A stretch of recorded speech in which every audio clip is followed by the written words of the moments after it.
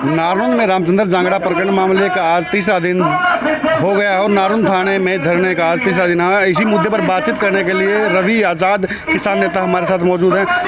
रवि जी, क्या कहेंगे, तीसरा दिन आज धरने को हो गया है? बहुत बढ़िया, आप देख रहे हैं लगातार बहुत बढ़िया धरना यहाँ चल रहा, दिन रात का धरना है और दूर दराज के जिलों से भी यहाँ हमारी माताएं बहनें बुजुर्ग नौजवान सब पहुंच रहे हैं और पूरे हरियाणा में तैयारी चल रही है।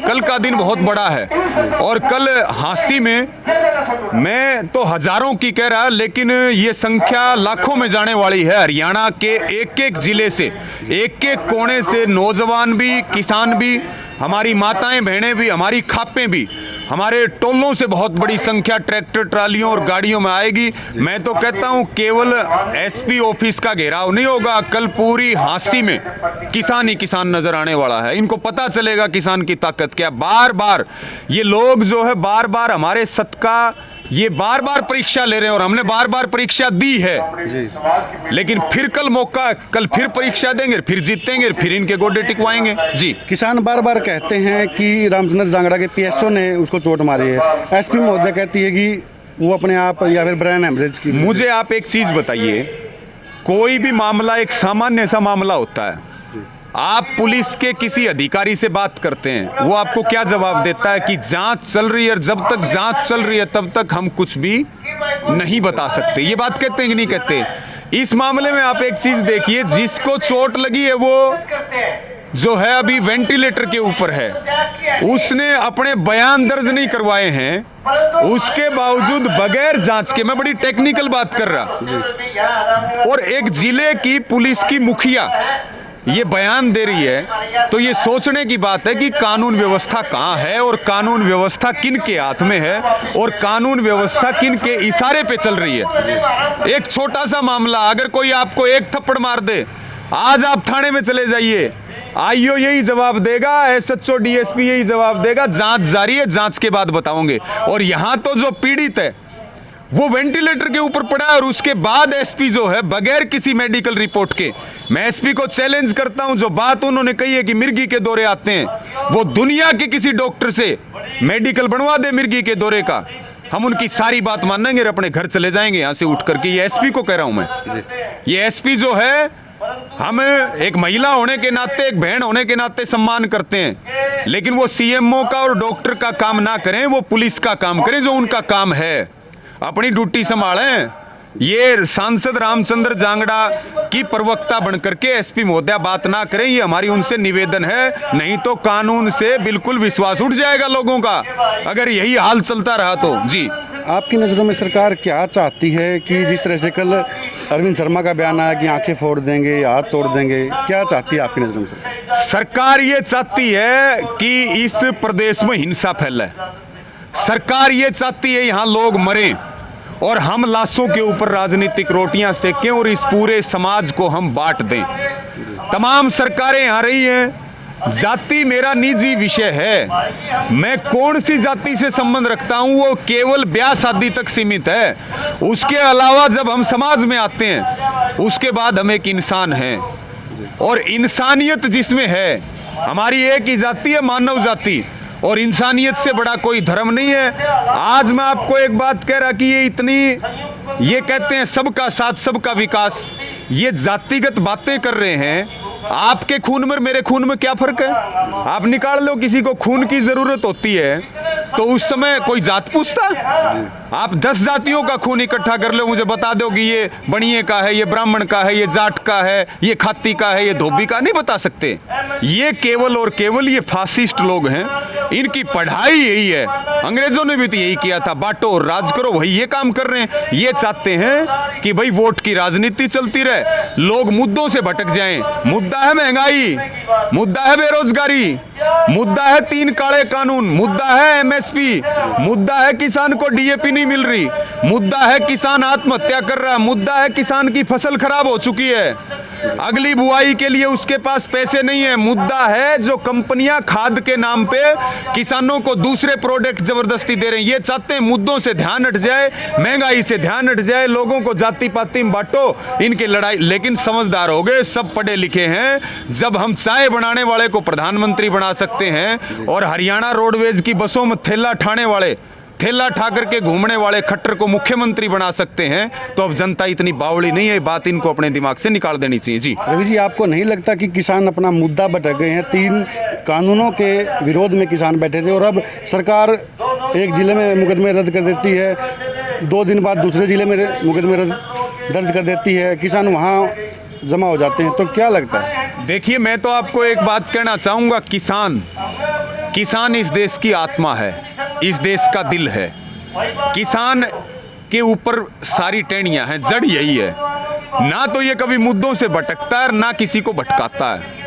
हमारा स्पष्ट मत है, हम खुद भूखे रह सकते हैं, दूसरे को भूखा नहीं रखते। हमारा मुद्दा वही है 3 काले कानून, हमारा मुद्दा है एमएसपी का कानून, हमारा आंदोलन है दिल्ली के बॉर्डरों पे, ये बिल्कुल क्लियर है। लेकिन ये जो ध्यान भटकाना चाहते हैं, हमारा तो ध्यान भटकेगा नहीं। जहां भी ये छेड़छाड़ करने की कोशिश करते हैं, इनको दवाई देते हैं हम, इनको डोज देनी पड़ती है, और डोज की मात्रा अभी थोड़ी थोड़ी हम बढ़ा रहे हैं, थोड़ी थोड़ी बढ़ा रहे हैं। अभी सांसद रामचंद्र जांगड़ा को देखना, यहाँ डोज देंगे, उसके बाद देखते हैं वो कितना बोलता है और कितना घूमता है। अब पहले वाला समय नहीं रहा कि राजकुमार सैनी कुछ भी बोला करता और लोग सुना करते। अब वो चीज नहीं रही। अब समझ चुके हैं कि भाई ताकत है भाईचारे में, ताकत है समाज में, इन पार्टियों में, सरकारों में, नेताओं में ताकत नहीं है, तो वोट के भिखारी हैं।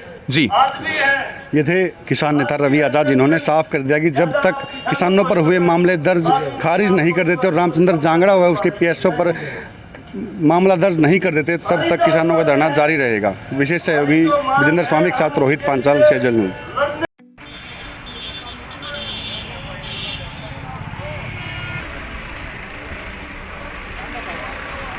जिंदाबाद, किसान मजदूर एकता जिंदाबाद, छत्तीसगढ़ का भाईचारा जिंदाबाद, काले कानून रद्द करो, काले कानून वापिस लो, मोदी सरकार मुर्दाबाद, बीजेपी के गुंडे मुर्दाबाद, बीजेपी के गुंडे मुर्दाबाद, हमारी एकता जिंदाबाद, जिंदाबाद, जिंदाबाद। साथियों, आऊ है, बहुत क्रांतिकारी धरती है।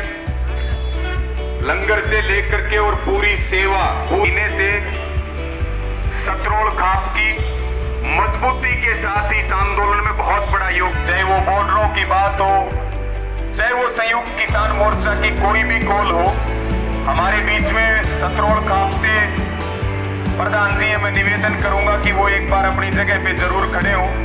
आदरणीय रामनिवास लोहान जी, उनका नाम संचालन के लिए खटखट टोल प्लाजा क्रांति का है। जहां भी जोटा मारते हैं दब करके मारते हैं। तो हमारे आदरणीय साथी, मैं सबका नाम लूंगा तो समय लगेगा। मेरा आप सबको निवेदन है, जिसको भी अपने विचार रखने हैं वो संधू साहब के पास अपना नाम लिखवाए, और विधिवत रूप से एक परीक्षा की घड़ी है। जितने यहाँ पर हमारे सब मौजूद हैं नेता, उनसे भी ये निवेदन है कि वो सबसे फोन पे संपर्क करें, और कल के लिए तमाम हमारे संगठन खापे पूरे हरियाणा भर में, हम भी सबसे बात कर रहे हैं, तमाम हमारे नेता बात कर रहे हैं, जगह जगह पर जा भी रहे हैं। जो ये आसपास का, हांसी के आसपास का जो क्षेत्र है, वहां से बड़ी संख्या में सब ट्रैक्टर ट्रालियों में हमारे बुजुर्ग किसान, नौजवान, माताएं, बहनें आए, और कल चाहे वो यमुनानगर हो, चाहे वो मेवात हो, चाहे वो सिरसा हो, हरियाणा के 22 के 22 जिलों से कल हजारों की संख्या में, लाखों की संख्या में हांसी में एसपी ऑफिस का घेराव करने का काम करेंगे। ये तैयारियां जोरदार तरीके से चल रही हैं। साथियों,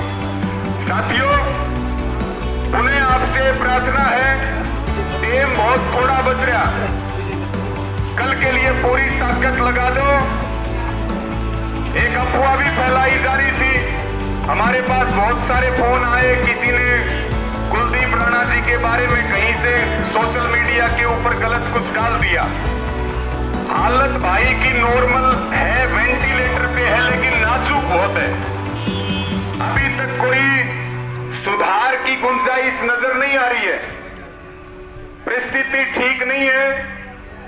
सारी वहां हॉस्पिटल में हमारे तमाम साथी हैं और हमें बहुत गंभीरता के साथ काम करना है, पूरी ताकत के साथ काम करना है। और जो हमारी दोनों मांगे हैं, सांसद रामचंद्र जांगड़ा, उसके गुंडे, बीजेपी के गुंडे, उनके ऊपर पर्चा दर्ज किया जाए और जो हमारे साथियों के ऊपर जो झूठा मुकदमा दर्ज किया गया है, उस मुकदमे को वापस लिया जाए।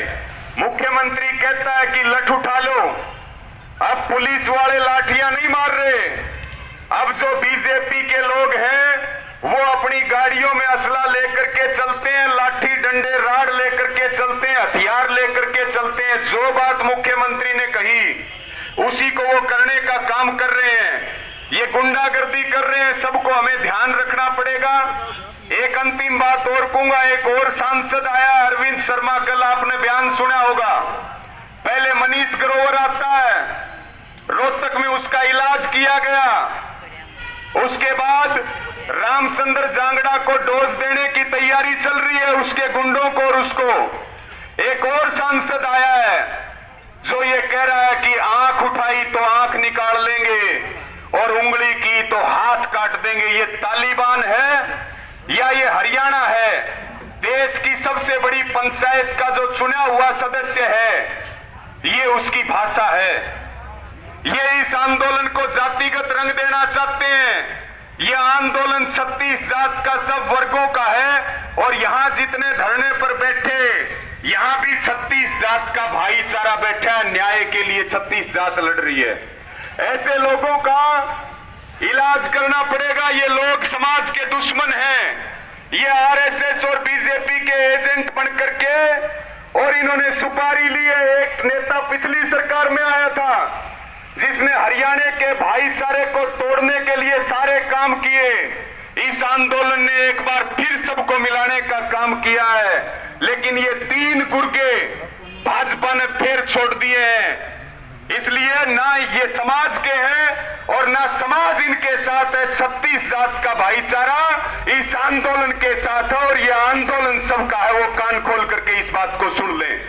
तो साथियों, मैं आप सबको बहुत धन्यवाद देता हूं। आदरणीय संधू जी संचालन करेंगे और बहुत अच्छे तरीके से आज का हमारा धरना तीसरे दिन का जारी रहेगा। सभी वक्ता, हमारे नेता जो भी आए हैं, सब अपने विचार रखेंगे और कल की जो बात है वो अपने दिमाग में हम जरूर रखें और उसकी साथ में जोरदार तैयारियां करते रहें। सबका बहुत धन्यवाद, आभार। किसान मजदूर एकता जिंदाबाद, किसान मजदूर एकता जिंदाबाद, हमारा भाईचारा जिंदाबाद। जिसने खाना नहीं खाया हो रामनिवास प्रधान सतरोल खान।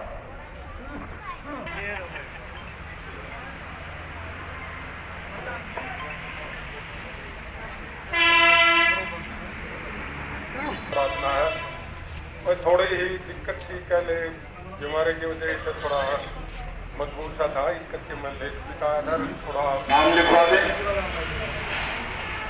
मैं के बीच में रखे आदरणीय पार्षद।